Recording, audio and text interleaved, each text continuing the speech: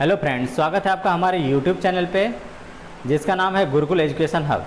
आज इस वीडियो के अंतर्गत जो है हमारे कुछ व्यूअर्स उन्होंने कुछ कमेंट्स में जानकारियाँ मांगी थी। उसके बारे में हमने कमेंट्स में तो बता दिया था, लेकिन आज उसके बारे में मैं डिटेल में चर्चा करने वाला हूँ। ठीक है, तो उन कमेंट्स में से 3 कमेंट्स ये थे कि मिनजुमला नंबर क्या होता है, दूसरा चौहद्दी क्या होती है, और थर्ड क्या था, भूमि या फिर ज़मीन का स्थान कैसे पता करें। इसका मतलब ये हुआ कि आपकी ज़मीन कहाँ पर है, उसके अगल बगल कौन है, इसको बारे में हम कैसे पता करें। तो इसके लिए जो है हमारे साथ बने रहिएगा। पहला टॉपिक है मिनजुमला नंबर। इसके बारे में हम लोग पता करते हैं होता क्या है।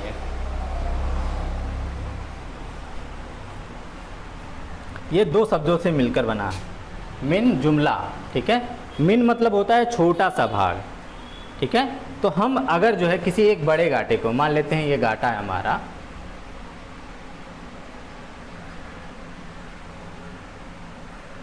इस गाटे का हम नाम दे देते हैं गाटा संख्या या फिर खसरा संख्या भी इसको बोलते हैं, या फिर इसे ज़मीन आप बोल लीजिए, जो भूखंड संख्या है वो। गाटा संख्या 150 हमने दे दिया, कुछ भी हो सकता है। ठीक है, 150 ये जो पूरा गाटा है 150, और इसका जो क्षेत्रफल मान लेते हैं हम लोग है, क्षेत्रफल 0.8000 हेक्टेयर। ठीक है, 0.8000 हेक्टेयर ये क्या है, इस गाटे का पूरा क्षेत्रफल है। ये है हमारा गाटा संख्या 150। अब मान लीजिए कि खतौनी में आपका दर्ज है 150 आ, 150 बा, 150 सा, 150 दा। तो इस केसेस में होता क्या है, आ बा सा दा, ये सब क्या है, ये एक मिनजुमला नंबर है। मतलब हमने क्या किया, एक गाटे को हमने 4 भाग में डिवाइड कर दिया, 4 अलग अलग भाग में। अब 4 भाग में हमने डिवाइड किया तो इसका रकबा भी जो है हमारा बढ़ जाता है। ठीक है, मान लेते हैं 150 आ आपका जो है 0.4000 हेक्टेयर है, और ये जो है आपका 150 बा 0.2000 हेक्टेयर है, और इसको ले लेते हैं 100 हेक्टेयर, और इसको भी हम लिखते हैं 0.1000 हेक्टेयर। ये मतलब ये हमने रैंडम नंबर अपने हिसाब से चूज कर लिया, इसमें कुछ भी हो सकता है। लेकिन होता क्या है कि जो 150 के जितने मिनजुमला नंबर हैं उनके जो क्षेत्रफल का सम होगा वो 150 के जो पूरे क्षेत्रफल का ये जो है आपका एरिया है उसके बराबर होता है। ठीक है, 0.8000 हेक्टेयर। ठीक है, तो इस प्रकार हम जो है अगर गाटों को 4 भाग में डिवाइड कर दिए, ठीक है, ये हो गया 150 आ, 150 बा, 150 सा, 150 दा। ठीक है, ये हमारे गाटे जो है 4 भाग में डिवाइड हो गए। चाहे हम आ बा सादा लिखें या फिर हम कुछ और नाम भी दे सकते हैं। अब यहाँ पे मैं एक लिख देता हूँ, 150 का, 150 खा, 150 गा, 150 घा। ठीक है, इसके अलावा एक और है, आप कर सकते हैं 150 divided by 1, 150 divided by 2, 150 divided by 3, 150 divided by 4। इसका मतलब क्या हुआ, हमने 150 गाटा संख्या को 4 भाग में डिवाइड कर दिया। तो ये सारे जो गाटे हैं ये मिल करके क्या बना रहे हैं, एक मिनजुमला नंबर बना रहे हैं, और इनको जोड़ने पे हमको जो है उस गाटे के पूरे क्षेत्रफल का पता चलता है। और ऐसा भी हो सकता है कि ये जो ऑनर हैं इसके, ठीक है, जो खातेदार हैं 150 आ बा सा दा, इसके ऑनर अलग अलग भी हो सकते हैं, एक ही आदमी भी हो सकता है। मान लीजिए रमेश का है, विजय का है, तो ये रमेश सुरेश का हो गया, ये केवल नरेश का हो गया, ये हरिश्चंद्र का हो गया। तो इस प्रकार जो है मिनजुमला नंबर होता क्या है कि अगर आप किसी बड़े गाटे को, ठीक है, आप जो है छोटे छोटे गाटों में विभक्त कर दिए, उसकी नंबरिंग कर दिए, तो क्या हो गया, आपका मिनजुमला नंबर हो गया। ठीक है दोस्तों, तो ये मिनजुमला नंबर क्या होता है आप समझ गए हैं। इसमें अगर आपको कोई प्रॉब्लम्स होती है तो कमेंट बॉक्स में आप ज़रूर कमेंट करिएगा। अगर आपको इससे रिलेटेड कोई भी दिक्कत आती है तो आप जो है मैं एक टेलीग्राम का लिंक दे दूँगा, आप उस लिंक पर जो है जिस भी खतौनी में प्रॉब्लम्स आ रही हैं आप उस खतौनी को उसी टेलीग्राम लिंक पे आप भेज दीजिएगा, मैं उसको जो है बता दूँगा। आपका दूसरा टॉपिक है चौहद्दी, ठीक है।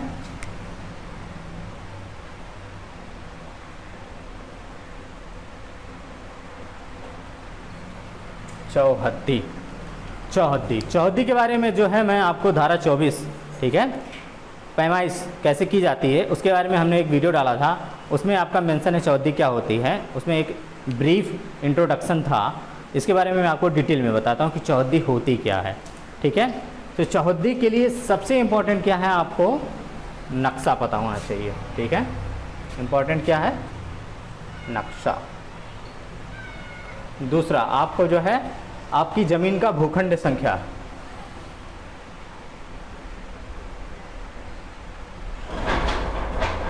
भूखंड संख्या या फिर गाटा संख्या या फिर खसरा संख्या, ठीक है। आपको ये पता होना चाहिए। ये दो आपके पास हैं अगर, तो आप चौहद्दी जो है पता कर सकते हैं। आपको करना क्या है, कोई भी भूखंड हो, ठीक है, भूखंड संख्या, खसरा संख्या, गाटा संख्या, कोई भी नंबर आप ले लीजिए। मान लेते हैं आपका 13 है, ठीक है, भूखंड संख्या 13 है, तो उसके लिए करना क्या है, आपको गाटा संख्या 13 को आपको नक्शे में देखना है, ठीक है। नक्शे में देखेंगे आप तो नक्शे में आपका जो है कहीं पर भी आपका भूखंड होगा, ठीक है। मान लेते हैं 13, ये गाटा संख्या 13 है जो आपका जो है भूखंड संख्या दिया हुआ है नक्शे में। इसके साथ में जो है आपका और भी गाटा होगा, ठीक है। मान लेते हैं यहाँ पे 14 है, 15 हो गया, 16 हो गया, 17 हो गया, 18 हो गया, ठीक है, 20 हो गया, ये 19 हो गया, 21, 22, ठीक है। आपका ये दिख रहा है, ये है आपका गाटा संख्या 13। अब जो है नक्शे में दिशा दी रहती है, झंडा बना रहता है इस प्रकार का, ठीक है। आपका ये पूरब होता है, ये पश्चिम होता है, ये उत्तर होता है और ये दक्षिण होता है, ठीक है। तो ये गाटा संख्या 13 के पूरब में क्या है, गाटा संख्या 14 है, पश्चिम में गाटा संख्या आपका 18 है और उत्तर में 16 है और 19 में ये हम चकमार्ग बना दिए हैं हम, ठीक है, चकमार्ग, ठीक है। आपका दक्षिण में क्या है, चकमार्ग है। तो इस गाटे की अगर चौहद्दी लिखनी हुई, गाटा संख्या 13 की चौहद्दी लिखनी हुई तो आपको करना क्या है,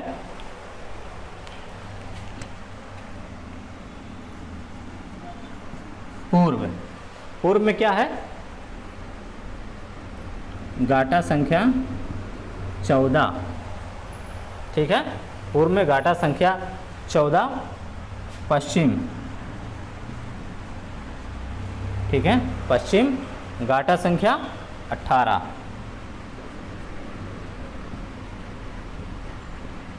ठीक है। पूरब हो गया, पश्चिम हो गया। अब उत्तर देखते हैं, उत्तर, ठीक है, गाटा संख्या 16, ठीक है, दक्षिण, गाटा संख्या 19, चकमार। ये क्या हुआ, गाटा संख्या 13 की चौहद्दी होगी। इसके साथ साथ जो है इसमें जो है गाटा संख्या 14 में जो है जिसका भूमि है, जो इसकी भूमि है, ये जो इसका मालिक है उसका नाम भी आप लिख सकते हैं, ठीक है, नाम लिखना अच्छा रहता है। और 18 में भी ऐसे लिख सकते हैं, गाटा संख्या 16 में भी ऐसे लिख सकते हैं, गाटा संख्या 19 तो चकमार्ग है ही, ठीक है। ये तो आपका इजीली आप भूमिधरी नंबर का प्राप्त कर सकते हैं, ये ठीक है, जो आपका है भूमिधरी नंबर का, ठीक है, भूमिधरी नंबर जो खतौनी में दर्ज होता है। लेकिन उस केस में चौहद्दी कैसे पता करेंगे, जब उसका जो है खतौनी में नाम ही ना दर्ज हो। मान लीजिए आबादी की लैंड है, आबादी की लैंड जो होती है उसमें काफ़ी लोग कब्जे में होते हैं, तो ऐसे केसेस में क्या होता है कि मान लीजिए कोई भी ज़मीन का हिस्सा टुकड़ा, ठीक है, बेचा जा रहा है, ठीक है, ये मान लीजिए टुकड़ा है जो बेचा जा रहा है, इसका घाटा संख्या कुछ नहीं पता है हमको, तो हमको क्या करना है, पूरब में और यहाँ पे पश्चिम में और यहाँ उत्तर में और यहाँ पे दक्षिण में, ठीक है। जो भी कब्जेदार है उनका केवल नाम लिख देना है। जैसे पूरब में आपका क्या है, रमेश कब्जा है, तो आप क्या लिखेंगे, पूरब रमेश कब्जा में है। आपका पश्चिम में दिनेश कब्जा में है तो आप उसका नाम लिख देंगे। उत्तर में जो है आपका नरेश कब्जा में है तो उसका लिख देंगे।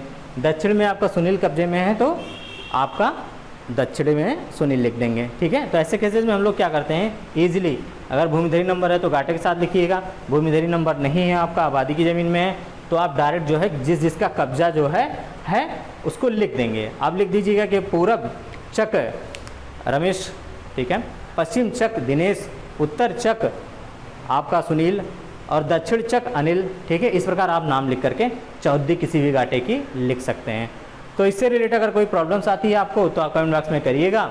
और अगर आप किसी भी घाटे की चौहद्दी जानना चाहते हैं कि कैसे लिखते हैं तो आप जो है हमारे टेलीग्राम चैनल पे जो है एक फ़ोटो जो है पोस्ट कर दीजिएगा, जिस भी घाटे की आप जानना चाहते हैं उसका नक्शा भेज दीजिएगा, मैं आपको बता दूंगा। तीसरा टॉपिक है आपका भूमि आवलिक ज़मीन का स्थान पता करना, ठीक है। टॉपिक यहाँ लिखता हूँ मैं।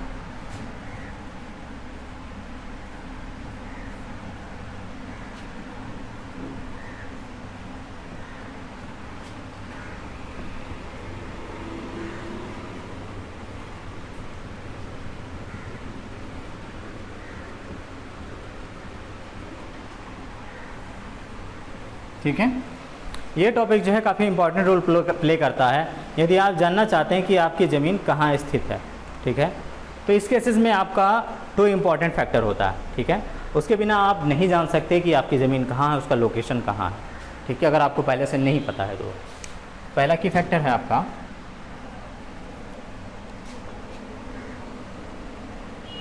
खतौनी,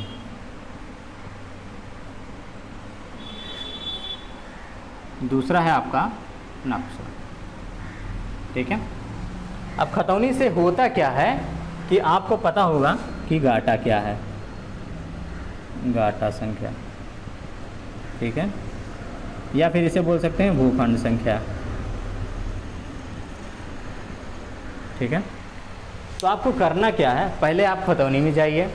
खतौनी कैसे जो है देखी जाती है इसका वीडियो मैंने अपलोड किया, चैनल पे आप देख लीजिएगा।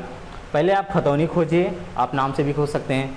खतौनी में आपको पता चलेगा कि आपके ज़मीन का भूखंड संख्या क्या है, घाटा संख्या क्या है, तो उसको आप पता करिए। मान लीजिए कि हमने जो है भूलेख पे जा करके चेक किया और हमें पता चला कि घाटा संख्या 25, ठीक है, घाटा संख्या 25 जो है हमारे नाम से दर्ज है। हम लिख देते हैं यहाँ पे घाटा संख्या 25। इसका क्षेत्रफल भी एक मान लेता हूँ मैं, क्या है 0.100 हेक्टेयर, ठीक है। 100 एयर ये है हमारी भूमि है, उसका क्षेत्रफल क्या है 100 एयर है और घाटा संख्या 25 है। अगर जो है घाटा संख्या 25 को हमें पता करना है कि कहाँ पर है, तो सबसे पहले 2 केसेस हैं। वर्तमान में जो है आप जो है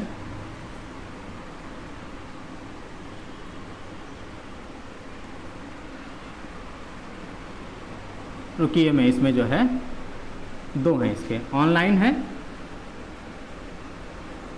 और दूसरा है ऑफलाइन, ठीक है।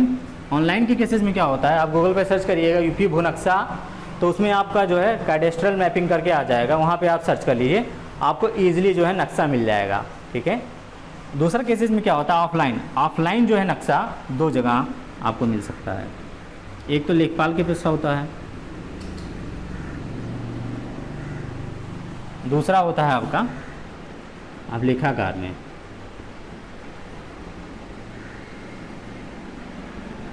ठीक है। तो आपको करना क्या है, देखिए जो ऑफलाइन नक्शा होता है उसको आप जो है लेखपाल की सहायता से नाप सकते हैं कि आपके घाटे की लंबाई चौड़ाई कितनी है, ठीक है। और जो आपका ऑनलाइन नक्शा होता है इससे केवल आप घाटे की चौहद्दी देख सकते हैं। आप देख सकते हैं कि आपका जो घाटा है उसके पूरब पश्चिम उत्तर दक्षिण किसका चक है, कौन कब्जेदार है, किस किस के नाम से भूमि जो है दर्ज है। ठीक है, ऑनलाइन है। तो अगर आप केवल और केवल ये पता करना चाहते हैं कि आपके ज़मीन की लोकेशन कहाँ है, आप उसको नापना नहीं चाहते, लंबाई चौड़ाई ज्ञात नहीं करना चाहते हैं, तो उसकी केस में आप जो है ऑनलाइन जो है देखिए आपका इजीली रहेगा। नहीं तो आप जो है लेखपाल से संपर्क करके पूरी डिटेल जान सकते हैं। ये सबसे इजी प्रोसेस है लेखपाल से संपर्क करना, क्योंकि अब लेखागार में आपको जिला लेखागार में जाना पड़ेगा, वहाँ पे आपको मुआयने की फ़ीस देनी पड़ती है और मुआयना करना पड़ता है, तो उसमें आपको प्रॉब्लम्स हो सकती है। लेकिन ये लेखपाल जो है आपको आसानी से उपलब्ध हो जाएंगे, आप इनसे मिलिएगा, आपको नक्शा देखने को मिल जाएगा। और ऑनलाइन प्रोसेस में क्या है, आप जाइए, ऑनलाइन जाने के बाद जो है आप भूलेख खोलिए, भू नक्शा खोलने के बाद आप वहाँ पे देखिए कि आपका गाटा संख्या 25 क्या है, ये गाटा संख्या 25 जो है कहाँ पे है। ठीक है, गाटा संख्या 25। अब एक मैं नक्शा बना देता हूँ अपनी तरफ से समझाने के लिए आपको।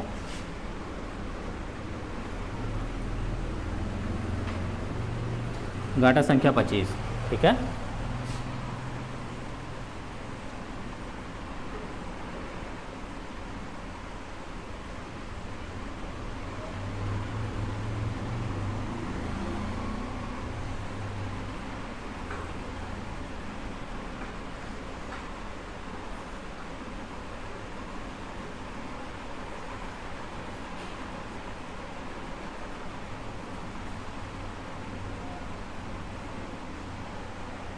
ठीक है, मान लीजिए कि ऐसे आपका नक्शा जो है ओपन हो जाता है। ये गाटे का नक्शा ओपन हुआ और आपने देखा यहाँ पे गाटा संख्या 25। ठीक है, ये है आपका।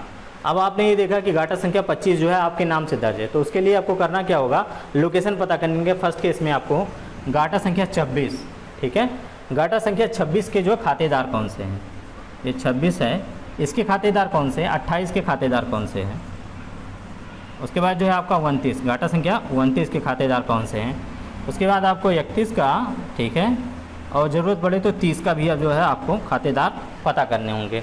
ठीक है, 26, 28, 29, 30, 31 इन सब के खातेदारों का आपको जो है नाम पता करना पड़ेगा। नाम पता करने के बाद जो है आप गांव में पूछिएगा कि ये खातेदार जो है इसमें जिसका नाम है वो जो है गांव के ज़मीन के किस हिस्से पे कब्जा में है। ठीक है, जोतने बोने का काम कर रहा है, ठीक है, या कोई भी काम कर रहा है, तो वो जो है गांव की ज़मीन के किस हिस्से पे काम कर रहा है। तो आपको करना क्या है, वहाँ पे जाने के बाद आपको ये देखना होगा कि गाटा संख्या 28, 29, 30, 31, 27 ये सब जो है और 26 जहाँ पे कब्जे में है आपका जो है उसी के बीच में आप लोकेशन ट्रेस करिएगा, आपको पता चल जाएगा कि गाटा संख्या 25 में आप कहाँ में कब्जे में हैं, आपकी ज़मीन कहाँ पर है। ठीक है, और इसके अलावा जो है अगर आप वास्तव में कब्जा करना चाहते हैं, उसको नापना चाहते हैं, तो उसके लिए आपको जो है लेखपाल से संपर्क करना होगा। उसके द्वारा जो है आप अपने गाटे की लंबाई चौड़ाई जान सकते हैं, या फिर आप धारा 24 के अंतर्गत ज़मीन की पैमाइश के लिए वाद दाखिल कर सकते हैं। उसके बाद आपको ज़मीन ट्रांसफ़र हो जाएगी, आपको ज़मीन जो है मिल जाती है, अगर आप कब्जे में नहीं है तो, आपके नाम से दर्ज है खतौनी में तो दोस्तों जो है हमने ये 3 टॉपिक्स के बारे में बताया है। अगर आप कुछ और जानना चाहते हैं तो आप हमारे चैनल पे जो है बने रहिएगा और कमेंट बॉक्स में ज़रूर कमेंट करिएगा। हमारे एक यूज़र ने जो है धारा 206, 207, 208 के बारे में पूछा है, तो इस समय जो है उसके बारे में हमको जानकारी पता करनी पड़ेगी, तो उसके बाद मैं जो है अगला वीडियो उसी पे बनाऊँगा दोस्तों। धन्यवाद।